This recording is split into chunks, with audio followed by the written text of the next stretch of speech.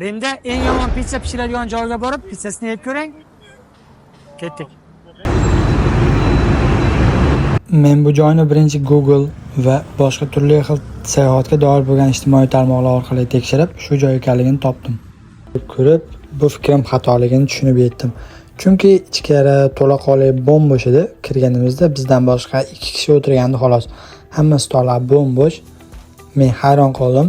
Chunki Google'da va turli xil ijtimoiy tarmoqlarda bu restoranga juda ham past baho berilgan. O'tirib, sumkalarimizni qo'yib, order qilmoqchi bo'ldik. Palakay telefon tushib ketdi yana. Telefonni biroz to'g'rilab, ofitsiant kutdik. Bu esa juda ham chiroyli ko'rinishi. Lekin narxlari qimmatroq. 12 yevrolar atrofida. 10 yevro o'rtachasi ekan. One pizza tonno. Okay, that's it. Yeah.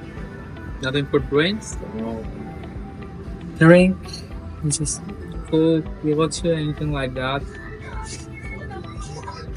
okay. First pizza and then we will drink. Okay, so one pizza only.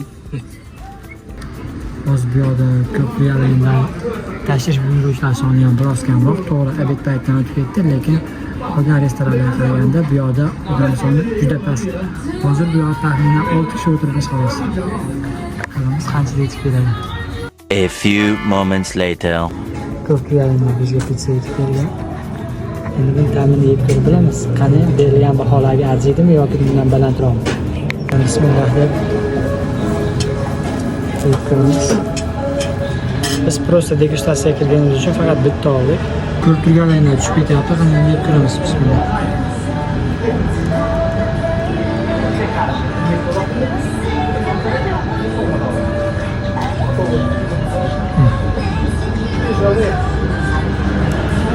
Xamir ozgina pishmay qolibdi, to'g'risi.